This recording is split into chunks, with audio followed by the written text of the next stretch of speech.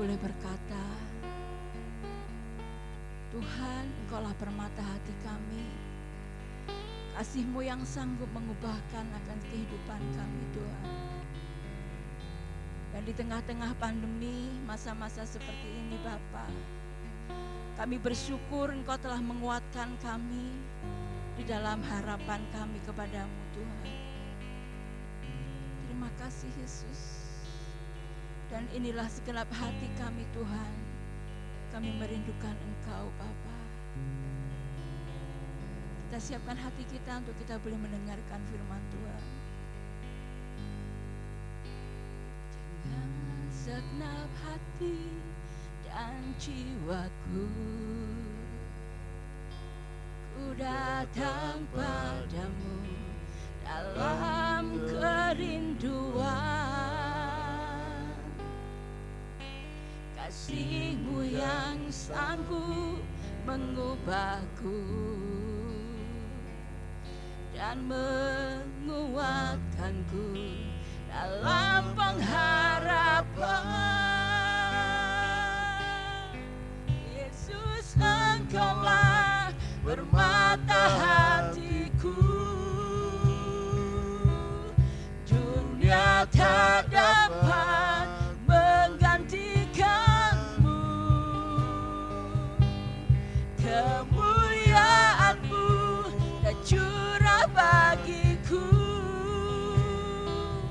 menjadikanku indah dan semakin indah bagi-Mu.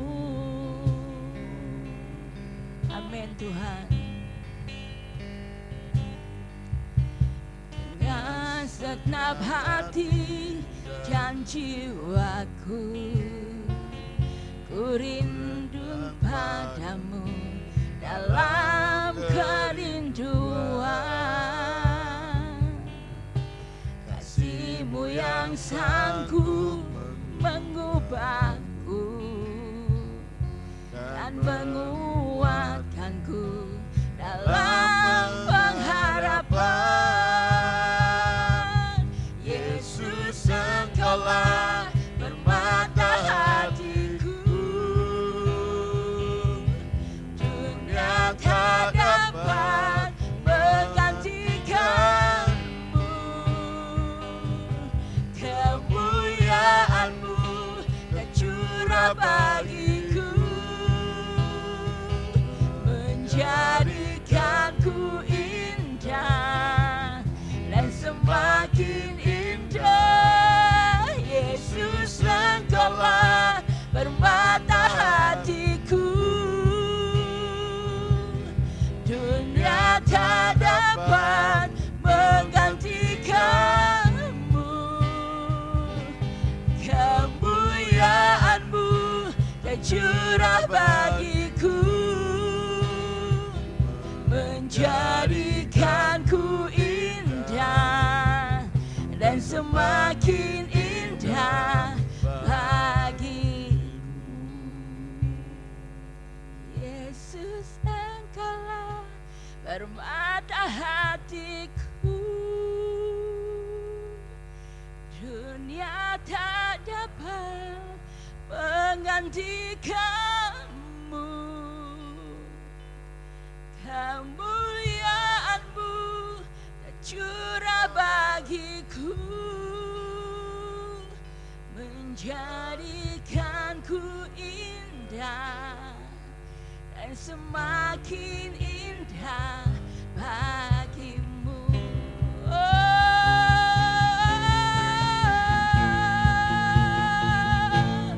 Yesus, Engkaulah permata hatiku. Dunia tak dapat menggantikanmu. Kemuliaan-Mu tercurah bagiku,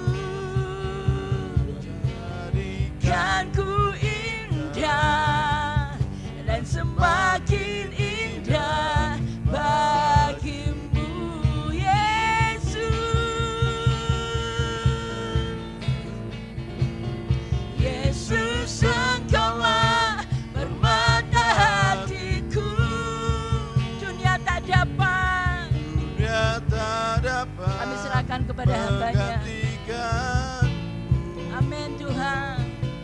Kemuliaan-Mu tercurah bagiku, menjadikanku indah dan semakin indah bagimu.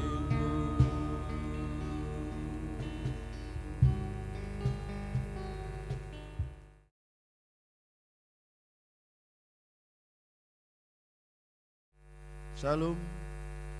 Selamat malam Bapak Ibu yang dikasihi dalam nama Tuhan Yesus. Kembali lagi pada kesempatan malam hari ini kita akan belajar bersama-sama untuk mendengarkan firman Tuhan. Mari langsung saja saya ajak Bapak Ibu Saudara untuk membuka Alkitab kita. Kita akan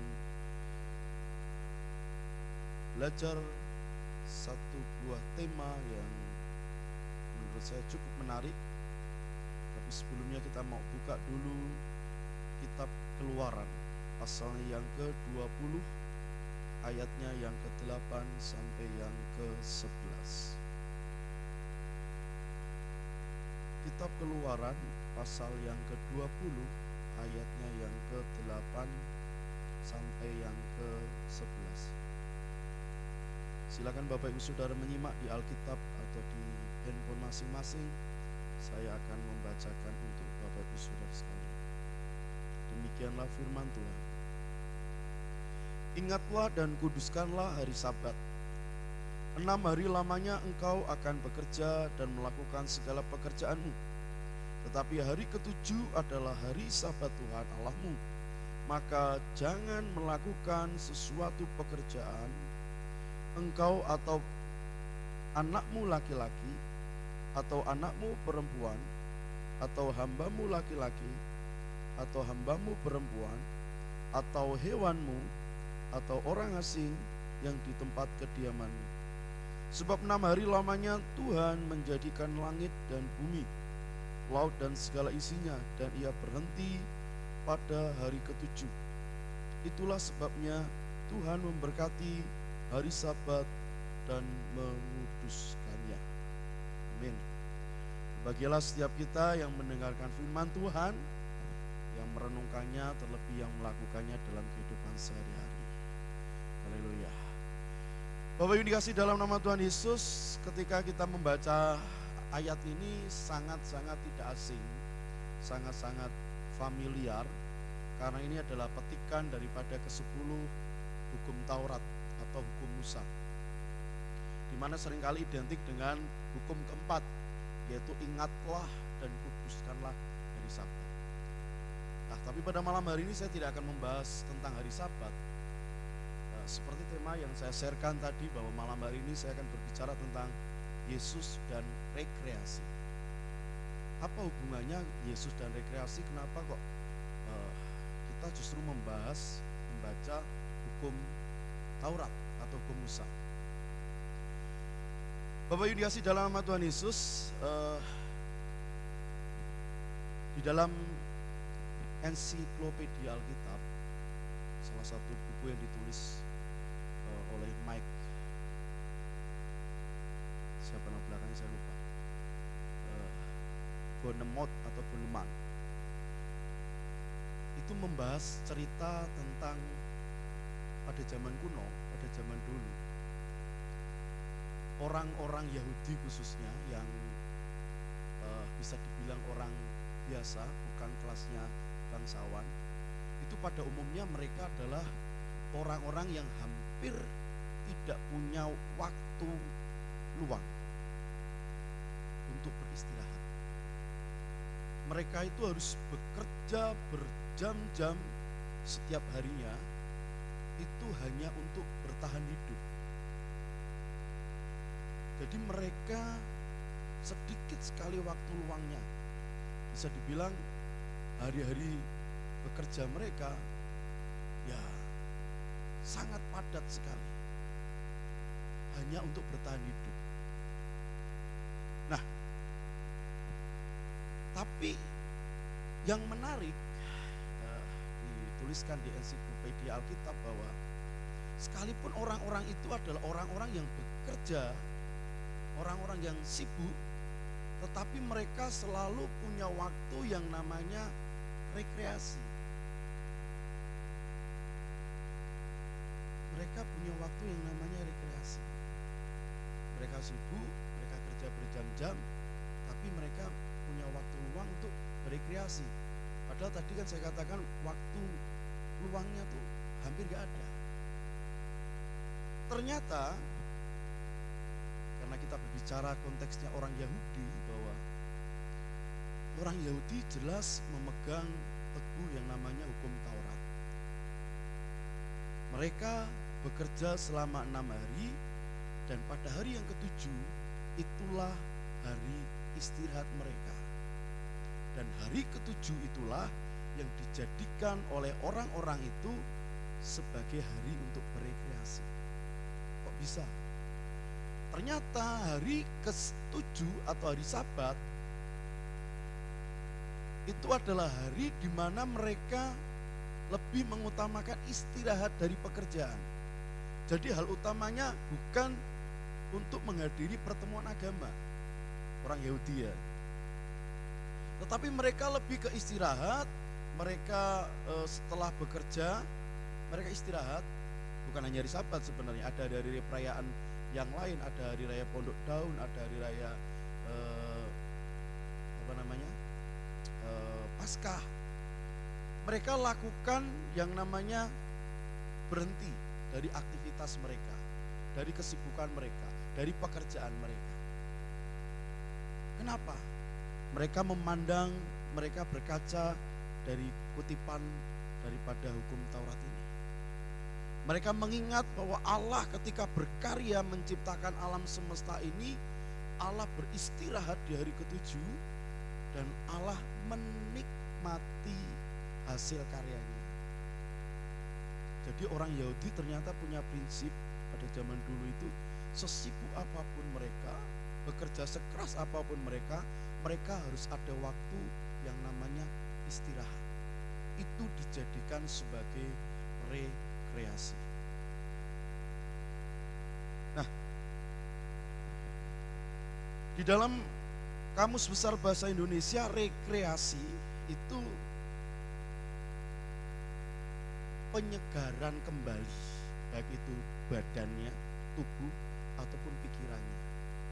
Rekreasi, menciptakan kembali. Jadi ketika orang Yahudi memiliki prinsip bahwa ketika Allah beristirahat itu, ya mereka mengikutinya karena mereka membutuhkan yang namanya penyegaran. Secara badan ketika mereka bekerja secara fisik, mereka butuh istirahat. Ketika mereka bekerja menggunakan pikiran mereka, menggunakan otak mereka, mereka juga butuh istirahat. Dan momen istirahat itu mereka gunakan untuk rekreasi, menyegarkan kembali, memulihkan kembali. Kalau kata bahasa lainnya, piknik mereka, hiburan mereka. Jadi mereka seorang pekerja, tetapi mereka tetap meluangkan waktu. Kenapa? Ya, manusia juga memiliki keterbatasan. Tidak mungkin manusia akan sehat selalu. Saya tidak akan membahas manfaat tentang rekreasi.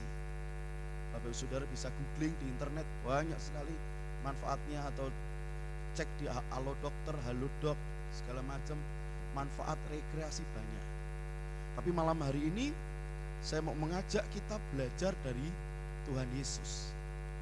Pernah terpikir gak di kita bahwa Yesus juga dia melakukan rekreasi? Rekreasi seperti apa? Apakah rekreasinya Yesus seperti kita naik ke gunung, ataupun kita melihat pantai, melihat laut? Saya yakin itu bukan rekreasinya, itu justru pelayanan Tuhan Yesus. Dia naik ke gunung, ke Getsemani, ke bukit, dia turun ke laut, ke danau. Jadi melihat gunung dan melihat laut, bagi Tuhan Yesus saya pikir bukan rekreasi lagi, justru itu pelayanan. Tapi ada rekreasi yang bisa saya sampaikan, yang saya dapatkan, yang bisa juga kita pelajari dari seorang Tuhan Yesus. Tuhan Yesus yang adalah seorang pelayan yang melayani penuh, ternyata dia juga butuh yang namanya rekreasi. Makanya sebenarnya para hamba Tuhan, pendeta juga ya butuh rekreasi, butuh istirahat. Nggak bisa diforsir setiap hari. Biasanya setahu saya di kebanyakan gereja kalau hamba Tuhan hari Senin itu hari istirahat. Ketika kita sebelum pandemi biasanya kegiatan full dan harusnya Senin itu istirahat. Harusnya di kebanyakan gereja yang punya kantor Senin adalah hari libur para hamba-hamba Tuhan. Kenapa? Hamba Tuhan juga manusia, butuh rekreasi. Nah, sama aja ada beberapa hal yang Tuhan Yesus lakukan sebagai bentuk rekreasinya. Ada beberapa hal. Yang pertama, Yesus berekreasi dengan cara menghadiri acara makan malam. Seperti yang tertulis di dalam Lukas 5 ayat 29 dan sampai 31. Saya akan bacakan untuk Bapak Ibu Saudara sekalian.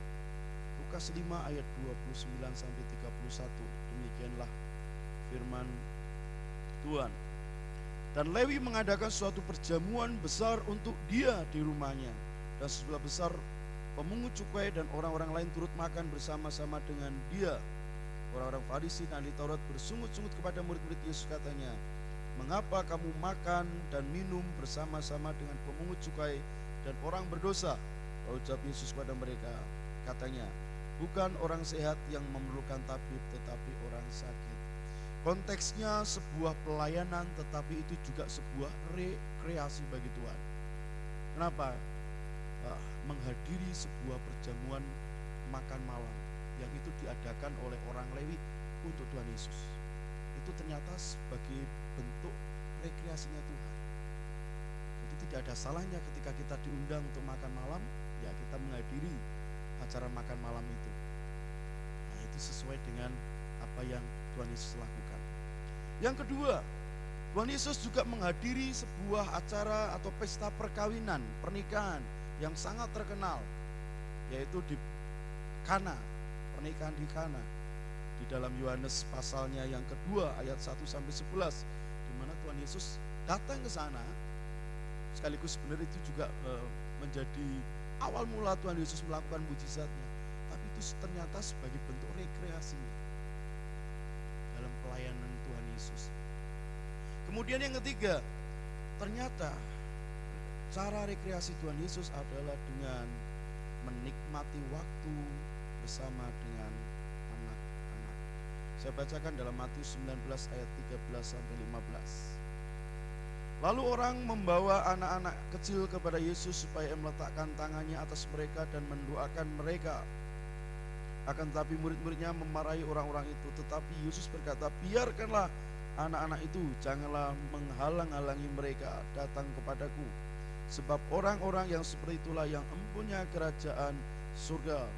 Lalu ia meletakkan tangannya ke atas mereka dan kemudian ia berangkat dari situ. Ayat ini seringkali dipakai untuk dasar ketika penyerahan anak. Salah tidak salah. Tetapi di sisi lain juga ayat ini menunjukkan bahwa Tuhan itu sangat cinta dengan anak-anak. Bapak Saudara, ketika kita beribadah di hari Minggu, itu terkadang ada anak-anak kecil yang lari. Kalau saya pribadi, saya tidak masalah dengan anak-anak seperti itu. Anak-anak kecil lari ke sana ke sini, nggak masalah. Kenapa saya bilang nggak masalah? Saya berpikir bahwa Tuhan itu cinta anak-anak kok. Gitu. Tetapi di sisi lain mungkin ya bagi beberapa orang itu mengganggu. Kenapa? Lagi kusuk-kusuknya ibadah, lari sana, lari sini. Ya kalau nggak apa-apa, kadang-kadang takutnya kalau keserimpet, jatuh apa, akhirnya nangis. Nah, saya nggak mau membahas soal terus bagaimana kalau anak-anak di ibadah itu lari apa enggak ya. Itu saya kembalikan Bapak Saudara sekalian. Tapi satu hal yang saya mau sampaikan bahwa Tuhan Yesus sangat suka, sangat cinta dengan anak-anak. Bahkan bermain dengan anak-anak itu menjadi salah satu rekreasi daripada Tuhan Yesus. Bagaimana Tuhan Yesus juga seringkali mengumpamakan kerajaan surga bahwa anak-anaklah yang berhak menjadi, anak-anaklah yang berhak untuk masuk dalam kerajaan surga. Jadi tidak ada Saya pribadi tidak masalah ketika anak seperti itu. Ya mungkin mengganggu. Dan itu bermacam-macam. Saya tahu ada di salah satu gereja yang menerapkan aturan ketat bahwa ketika ada anak-anak sampai maju ke depan, orang tuanya yang ditegur langsung di depan jemaat. Ada. Nah, kalau di kota besar dulu beberapa gereja menyiasati bahwa di dalam ruangan ibadah ini ada satu ruangan seperti di belakang itu khusus ruang orang tua yang membawa anak-anak kecil, termasuk anak-anak yang menyusu, dikasih ruangan sendiri. Jadi kenapa? Jadi ketika memang anak itu rewel ya cuma di ruangan itu, yang lain bisa tetap konsentrasi. Nah, tapi apapun itu, bahwa yang mau saya sampaikan, Tuhan Yesus sangat mengasihi anak-anak, bahkan itu menjadi bagian daripada rekreasinya dia.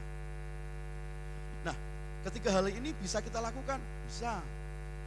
Sebenarnya bukan cuma makan saja anak kita, banyak hal. Kita bagi Tuhan Yesus ke danau bukan rekreasi, bagi kita rekreasi. Ke gunung rekreasi, Pagilaran tempat rekreasi kita, Uripan, Sigandu, Bojonegoro itu tempat rekreasi kita. Kita ke pasar, ke mall, itu rekreasi kita.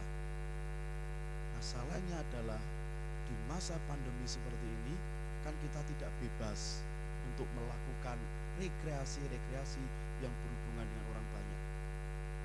Makan malam bersama atau makan bersama dibatasi. Sabtu ini saya bersama dengan teman-teman pemuda remaja di PUKKB mengadakan acara fellowship koordinator pemuda se-Kabupaten Batang. Kok wani pandemi seperti ini mengadakan pertemuan tatap muka, bukan online lagi. Dasarnya gini, Batang sebenarnya mengikuti PKM karena Semarang pembatasan kegiatan masyarakat atau di tempat lain mungkin semacam PSBB, Batang ada. Nah, saya dan teman-teman berani mengadakan karena kami berpikir bahwa kita harus ketemu. Tetapi karena ini se-Kabupaten Batang, kami akali dengan dibagi dua wilayah, 20 gereja dibagi dua, dan kita mengadakan di ruangan yang terbuka, tetap dengan acuan protokol kesehatan. Jadi artinya gini, pandemi ini menghalangi banyak hal, menghalangi kita untuk melakukan banyak hal. Tetapi bukan berarti kita tidak bisa berbuat apa-apa. Nah, singkatnya dengan persetujuan daripada BPH, kami diizinkan dan kami rencana besok Sabtu membagi dua wilayah timur itu cuma 10 orang. Jadi kami cari juga tempat yang luas, tidak di dalam ruangan. Mencoba sekalipun bertemu tapi dengan prokes. Ya, karena saya terinspirasi salah satu dokter, dia mengadakan pameran UMKM di Yogyakarta, itu 8.000 peserta. Tetapi dengan tertib, dengan rapi, dengan protokol kesehatan yang ketat. Artinya sepanjang kita mau menerapkan protokol kesehatan, ibadah, pertemuan itu tetap bisa kita lakukan. Dan saya membaginya karena supaya tidak terlalu banyak orang. Gitu. Nah, tetapi yang saya mau sampaikan malam hari ini adalah lalu bagaimana ketika kita berrekreasi di masa seperti ini. Bagi beberapa Bapak Ibu yang sudah lanjut mungkin sangat riskan mau keluar, bahkan sangat takut, tidak berani untuk pergi keluar, makan di luar tidak berani. Salah tidak salah, itu demi kesehatan. Nah, saya mau ajak Bapak Ibu Saudara juga melihat ternyata Tuhan Yesus kasih contoh rekreasi yang luar biasa bagi kita di masa pandemi ini. Apa contohnya? Mari kita buka bersama-sama saat ini dari Markus. Ada 2 contoh yang bisa kita tiru dari Tuhan Yesus untuk bisa kita praktekkan di masa pandemi ini. Pandemi tapi bisa rekreasi. Sesibuk apapun saya pikir ini bisa. Pasti bisa dilakukan. Asal mau. Kita buka di Markus pasalnya yang ke-6. ayat yang ke-31 dan ke-32. Saya bacakan untuk Bapak Saudara sekalian. Lalu ia berkata kepada mereka, marilah ke tempat yang sunyi, supaya kita sendirian dan beristirahatlah seketika. Sebab memang begitu banyaknya orang yang datang dan pergi, sehingga makan pun mereka tidak sempat. Maka berangkatlah mereka untuk mengasingkan diri dengan perahu ke tempat yang sunyi. Ternyata salah satu bentuk rekreasi yang dicontohkan Tuhan Yesus yang bisa kita praktekkan di masa pandemi seperti ini adalah simple, istirahat. Istirahat, mengasingkan diri di tempat yang sepi, yang sunyi. Itu ternyata menjadi sebuah rekreasi. Terus kita seperti apa? Istirahat itu dalam artian gini, zaman Tuhan Yesus tidak ada HP, belum ada, tidak ada tontonan-tontonan. Saya yakin Tuhan Yesus ya istirahat, mungkin tidur, bisa jadi pikiran saya mungkin ya murid-muridnya mijetin dia lah. Kita istirahat perlu, karena ya silahkan googling, cari di Google manfaat istirahat, banyak sekali manfaat istirahat. Tapi itu salah satu yang bisa kita lakukan untuk rekreasi, memulihkan diri. Istirahat kita mungkin sedikit beda. Sekarang sambil istirahat kita bisa nonton drakor. Tadi Pak Yadi waktu mampir ke tempat saya lagi nonton drakor. Bukan ketularan Bu Lulu, bukan gitu. Saya suka nonton, tapi aneka macam film. Nah kebetulan yang menarik, ya, saya rekomendasikan Mbak Lulu. Kalau belum punya Telegram, download Telegram. Anda bisa nonton drakor sepuasnya di Telegram. Nah, nonton bisa jadi alternatif gitu. Tapi ketika kita kecanduan berat juga, karena serial Korea itu satu episode bisa 1,5 jam. Mini seri aja 16 episode, 18 episode. Jadi memang menagih. Saya pikir benar juga, tapi kalau mau menghabiskan waktu istirahat, ya itu bisa nggak kerasa laparnya kita nonton itu. Atau bisa jadi juga yang seneng nge-game. Ya, intinya secukupnya. Nonton oke, secukupnya, main game oke, secukupnya. Gunakan waktu untuk istirahat jelas.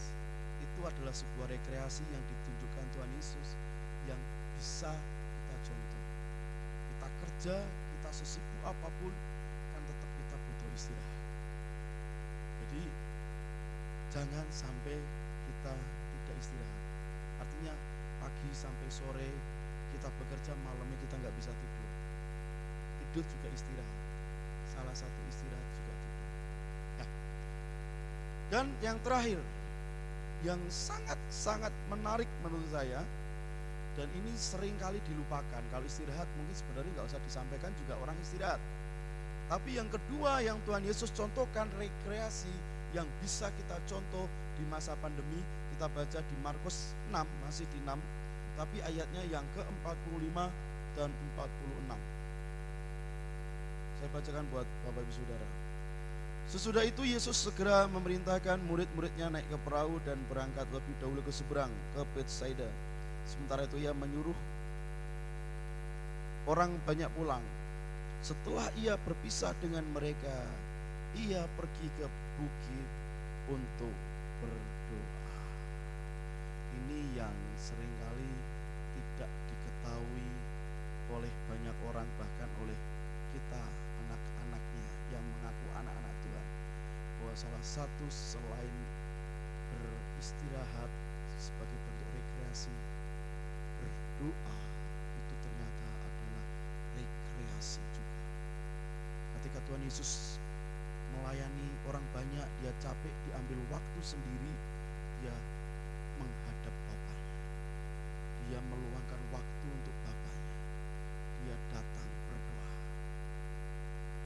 Saya sering kali ketika sudah nggak kuat, terasa capek, bukan capek secara fisik, tapi capek secara pikiran, dan yang bisa merefresh saya, membuat saya pulih lagi adalah saya datang kepada Bapa dengan bentuk berdoa. datang Tuhan, aku serahkan semua bebanku kepadamu.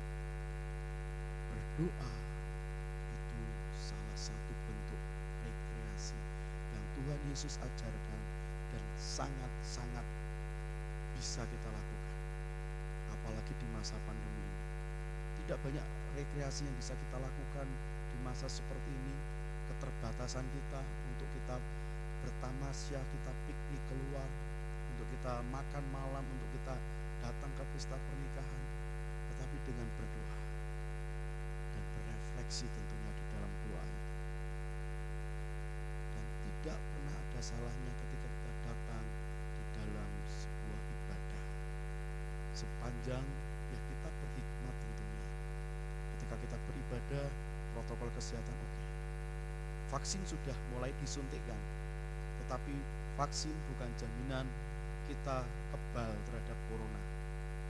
Tetapi kita tetap berdoa bahwa pandemi ini segera berakhir. Sembari kita menunggu pandemi ini berakhir, tidak ada alasan juga buat kita untuk tidak rekreasi. Jangan sampai kita termasuk golongan orang-orang yang kurang piknik atau rekreasi. Dalam artian bahwa piknik tidak hanya kita pergi ke tempat wisata, tidak hanya kita pergi ke suatu lokasi yang indah, tapi ketika kita pergi menghadap Tuhan, kita datang kepada Tuhan, itu juga sebagai bentuk rekreasi yang Tuhan Yesus ajarkan kepada kita. Mari saya ajak Bapak Ibu Saudara semua kita datang kepada Tuhan. Jadikan itu sebuah rekreasi bagi kita, bahwa bukan hanya di tempat yang ramai yang banyak orang kita berrekreasi, tetapi ketika kita datang kepada Tuhan, kita meluangkan waktu kita buat Tuhan, itu menjadi sebuah rekreasi, pemulihan, baik itu kelelahan pikiran kita, bahkan kelelahan badan kita. Kita datang kepada Tuhan dengan penuh kerinduan. Mari kita pandang